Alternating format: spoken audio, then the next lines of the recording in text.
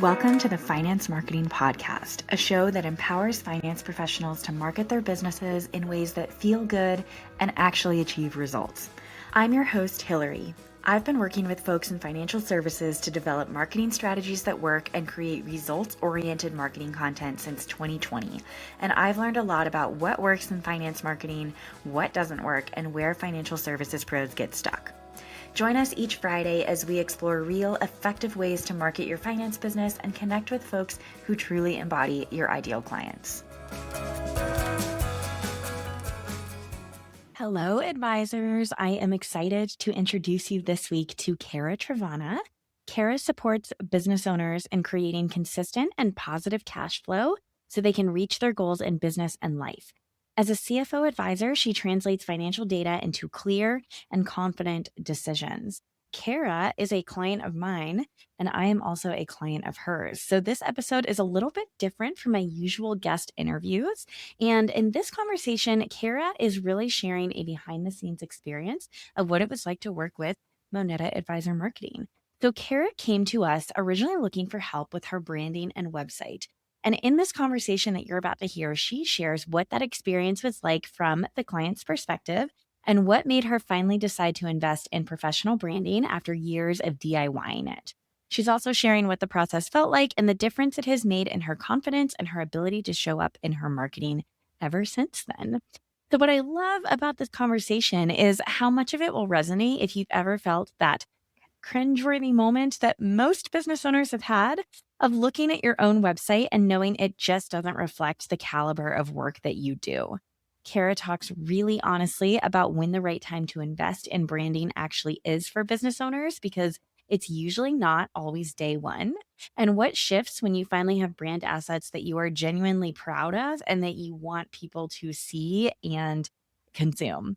So for advisors and coaches, this one is absolutely worth a listen, not just because of the branding insights that Kara shares, but also because her experience mirrors something that I hear from so many financial professionals, which is that you are brilliant at what you do. You love what you do, but marketing and messaging what you do can feel like trying to communicate in a foreign language.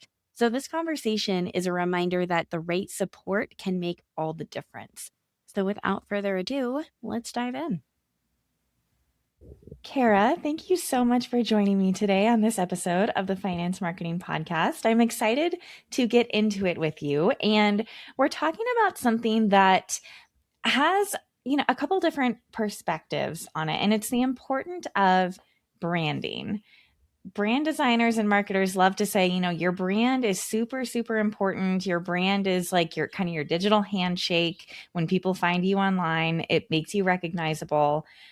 But then there are also business owners who have done really, really well with just kind of a DIY sort of approach to branding. Maybe they made a logo in Canva, so that there's different opinions here. What are your thoughts on having a professional brand? And have you always felt that way? First of all, I'm just so happy to be here. So thrilled. I've definitely done the DIY approach. I mean, that's basically been my approach, thus far until I made the leap into investing in professional branding. And so I have always, I just really, the authenticity that comes through with professional branding and how professional branding really captured my essence as a much more authentic expression.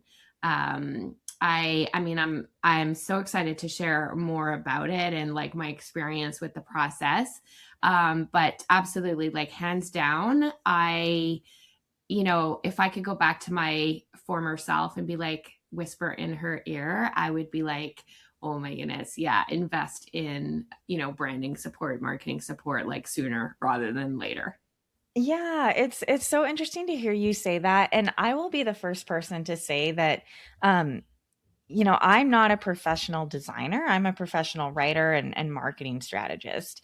And so before I brought a designer onto the team, and actually even before that a little bit, I made my logo myself. right? Like I was a DIY brander in the beginning. I think for a lot of new business owners, not always, but for a lot of new business owners, sometimes the DIY approach is the fastest way to just get going, and it's not going to prevent you from making sales or getting clients.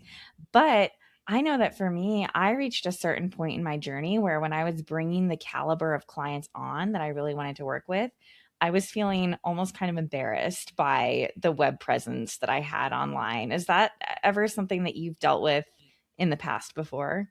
Oh, total cringe. Like both of those things are true at the same time. So yes to the DIY approach when I think one is getting started in a um expansion of like a new kind of way of doing business. I think the DIY approach is actually, there's a lot of sound wisdom in that because we're still trying to find our footing. We're still trying to kind of hone in who is my right fit client?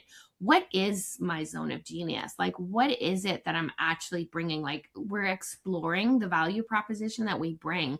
And I think we need to create some space for that value proposition, like exploration, and branding is not the priority, and investing money in the branding, like being a financial professional, I'm going to all be about like, okay, investing, time, money, and energy into branding is almost inappropriate at that stage because we don't yet know quite who we are and who we're speaking to and Right. who we serve and like what problem we're solving. So I think just like getting started, I see like so many solopreneurs almost getting like stuck in the trying to professionalize before they even have client one or client, 1 to 3. So Right. getting revenue in the door is the number one priority at the beginning, and getting experience, like just talking to people, just start talking to people and just start serving Right. people, And so yes to DIYing it at that stage, but there then does become a time, when we're starting to get more clarity on like, yeah, who we're serving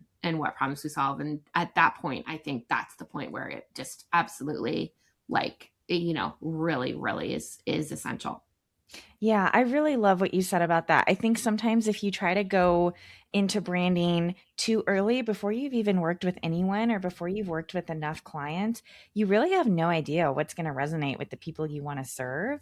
And that's a really important part of the early process as you're figuring yourself out and all of that. So I appreciate you saying that. So if you could take us back to when you first started a conversation with me. So you came to us looking for branding and help with your website. What were your goals at that point? What were you looking for at that point? I was clear at that point on who I'm serving. I had a directionally accurate understanding of like what problem I'm solving, how am I solving that, what are my own essence qualities, like what is the uniqueness that I bring to the work. So um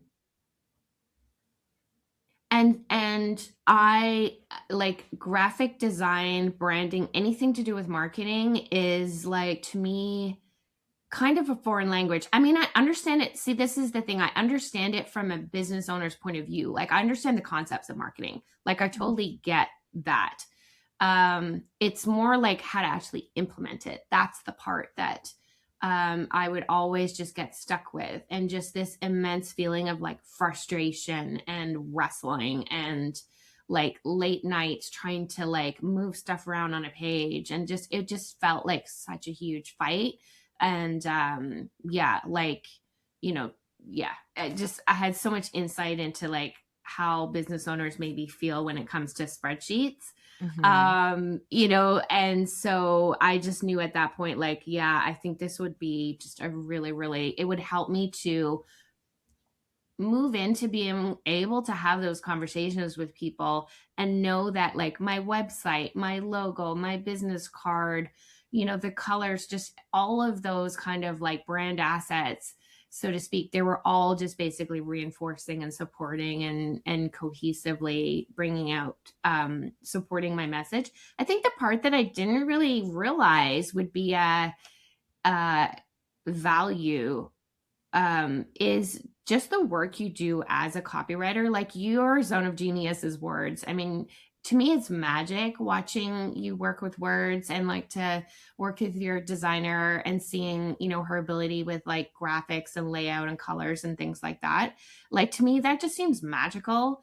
And, Mhm. and what's been really valuable from that is that you also help me to put more clear and concise and specific language around what it is that I'm doing and how that benefits the business owners that I work with.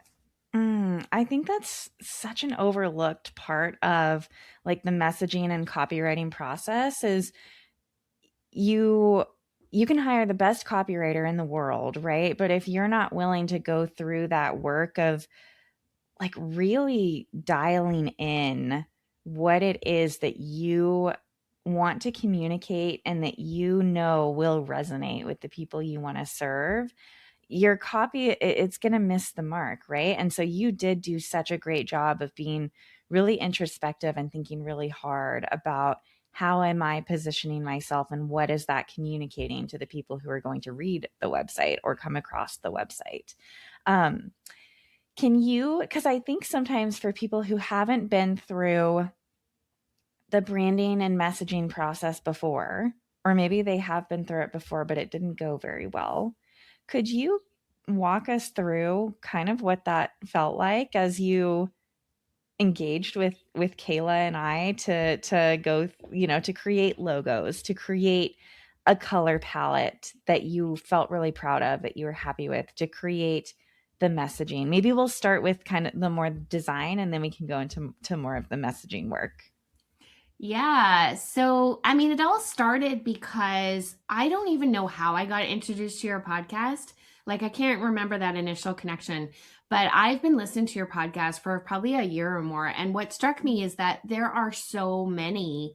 It's overwhelming, I think, as a business owner to like who am I going to pick as my marketing person because we Mhm. don't know, I like the world of numbers and spreadsheets because they're quantifiable and they're Right. kind of like precise. We kind of know what we're going to get. But with marketing and branding, it just feels like this huge unknown. So to know that you focused exclusively on financial professionals and people that were helping people, with money, to me, that just like honed the field automatically. I was like, oh, this, she speaks my language. Like you understand how to translate finance speak into like real world language, which is something Mhm. that's really important to me. That's kind of a core part of my work is to, take, what sometimes sounds like financial jargon coming from like the accounting industry or the financial statements or whatever, and like actually translate that into what actually the real world implications for a business owner. So I feel like I got that sense that you do the same thing when it comes to like marketing. And then I remember our first conversation when I, set up interviews with I think it was two or three different agencies, was just the questions you asked me right away. I could tell that you were already thinking in the mind of like my prospective client and what kind of Mhm. questions they would ask and what they would want to know. So like when you asked me, well, what's the difference between, the work you do as a CFO versus a bookkeeper and accountant? That to me was just like, oh my goodness, this person like totally gets what my prospective client is wants to know. And it, like I didn't even tell you that that was a core sort of, differentiator. And one of the things that I knew I needed to address, that we as CFO advisors always need to address, when we're talking to people, like you didn't even know that, but you asked that. So it just gave me that insight. Like it was just confirmation that, yeah, you totally know what's needed. And then moving into like the branding and the graphical process, like I felt so nervous. Like it's such a I mean, it's an investment, and so I really needed to get a return on my investment. I really needed to be able to feel good about it. And I think my worst fear was like, oh my goodness, like what if we go through this and like I can't describe what I really want it to look like because otherwise I could just sort of do it myself. But I know Right. what I'm gonna like I'll know if I like it or not. And I'm like, what if I don't like it? Like what if I Mhm. don't feel like it captures, me and I've wasted this money and like, what am I going to do? And I don't want to have to micromanage. Like, I'm not a graphic designer. So how am I going to manage a branding and a graphic design process when that's not my area of expertise? Mm. So there was a lot of concern about that. And again, I had so much insight into how my, business owning clients probably feel when it comes to their finances and their spreadsheets. Because to Right. me, it's just like, oh, you're totally in good hands. Like, I totally, like, I love this stuff. I like eat spreadsheets Mm. for breakfast, like I, like I just, like numbers make sense to me. And so it made Totally. me realize that that must be how my clients feel. Like, it just doesn't make sense to them. And so I can be that guide. So the way that you led me through the process, just your whole, excavation process with the questions and the conversations and the way you just set up the engagement with the meetings and I really felt like this deep dedication to like excavating like my authenticity. Like, it wasn't this feeling of like creating something new or like me having to fit into this brand. It was more like this process of like excavation of like my own authenticity. And I Mm. think I think it's because of the process that you use that then the end result was something that I was like, oh my goodness, like I love living in this house. It like really suits me. It fits me. It's mine. Yeah. I remember you telling me, possibly even it was close to the end of the project when we got your website live. Maybe it was after we got your website live. I remember you telling me just how excited you were to share it with people, and you were looking at the traffic coming to the website, and you saw that people were visiting and seeing it, and you felt just so proud, of what was there, and you felt like you wanted to push people there rather than just kind of like, well, you can go check out my website if you have to, right? Has that continued since then?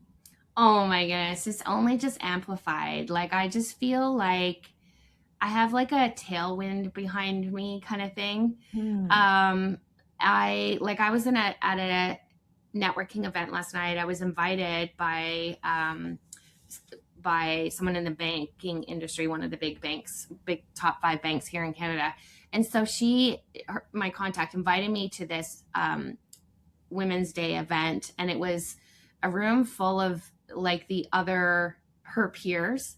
And these Mhm. are all the kind of people that work with the business owners that I support. So it was a really like important opportunity for me to build my relationships and build my ecosystem and like really start to be more visible. And I just felt like so supported going into it because I had business cards that I was proud of. I was like so happy for them to go to my website because my website, just like the way you wrote the copy and just the layout, like it just so clearly explains who I am, who I Mm. serve, what problem I solve, Mm. so that they could identify, you know, their clients and how I would help them and how I would help their clients. And I was also, another added benefit was like I now have basically like all these sort of building block pieces that I can put together in a pinch. Like I wanted to put a one pager. I had this intuition to put like a one pager together that I could like hand out. Mhm. And I mean, it still took me like an incredibly long amount of time, really frustrated, like probably on the verge of tears multiple times, because Oh, that's just like me and graphics. And, I want to get ahead of that stuff. And like, actually, I think that's the other thing is like having experienced the power of having marketing support, I'm like, oh, I think I kind of like want that and need that in an ongoing way. Like, why on earth am I driving myself crazy? I would rather be um, serving clients and being outside with my horses than crying over, things not lining up graphically. Like, me and words and me and graphics just, yeah, we're not BFFs, and I don't think we need to be. I think that's the thing that I've learned is like we don't need yeah, to be. I can just yeah. like bring in, you guys, and that is you like, yeah, you kind of understand that world in a way that I don't. This is exactly the reason that I hired Kayla onto the team, Kara, because I used to be the graphics person on the team, even though I'm not a graphics expert. And I remember I was making a social media post for myself to go on LinkedIn the next day. And it was one of those carousel posts that has like multiple slides to it, Mm-hmm. that people can kind of swipe through. And I spent, I think, 4 hours just on the slides. And it was like midnight. And I was like, this is insane. This is crazy. Yeah. I don't want to do this anymore. And, I can do graphics. I can. But to create something from scratch, it's just so time consuming for me because that's my brain is words and writing and messaging and all of that kind of stuff. So I just love kind of I just want to echo what you're saying about, you know what? I just want to be doing something else. I want to be sleeping or I want to be out with my horses or whatever it might be. I don't want to be doing this. I think that's such an important lesson that I know I continue to learn as a business owner, and that I think all business owners really get to a point in their businesses when it comes time to delegate. Totally. Like I remember, after seeing the copy that you wrote, I started to get so excited about the possibilities because it kind of opened up this whole world of being supported. And I'm like, Mm-hmm. oh my goodness, you are so good with words and so good at like that extraction and excavation of the authentic message that Mm-hmm. I have inside of me. I was like, oh my goodness, like you could help me like write the workshop presentations, like basically anything to do with words, messaging, and like communicating value. Mm-hmm. Those are all things that I was just like I find hard to do in a Mm-hmm. concise way, Mm-hmm. as you could probably tell. And and I'm still like just so excited. I'm like, oh my goodness, this does not need to be the struggle that I Mm. thought before. And yeah. Right. Well, Kara, thank you so much for coming on and sharing. Is there anything that I haven't asked you yet about, the process or how you felt about your brand? Anything else that you think is worth mentioning? I just think that having the cohesive branding has just make everything else faster and easier. Mm, And having that foundation, like I would have had to start from scratch every time otherwise. mhm, And I think it's the same principle that I teach my own clients. Like when you invest in aligned support, everything else downstream just gets easier. And then we can just bring more of, the work that we're here to do and the impact that we're here to make. Just mhm, makes that process smoother, easier, just less painful, less mhm. tears prone. Yes, absolutely.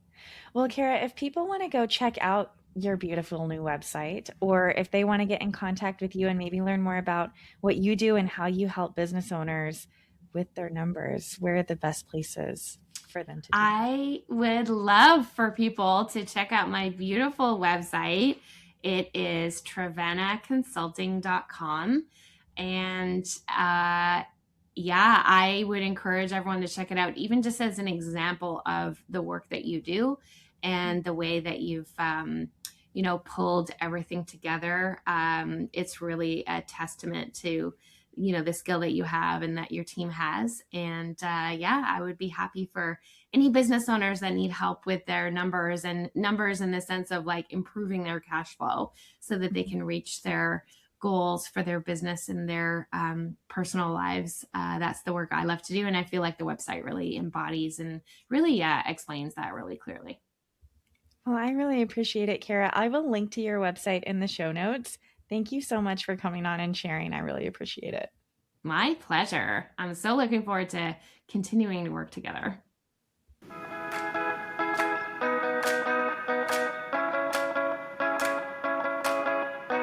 Thank you so much for joining us on this episode of the Finance Marketing Podcast. If you're eager to market your business in a way that feels good and actually gets results, sign up for the Finance Marketing Podcast newsletter in the show notes so you never miss another episode. If you liked what you heard today, please be sure to subscribe to the show on your favorite listening app and leave a review on Apple Podcasts. We'll see you back here next Friday.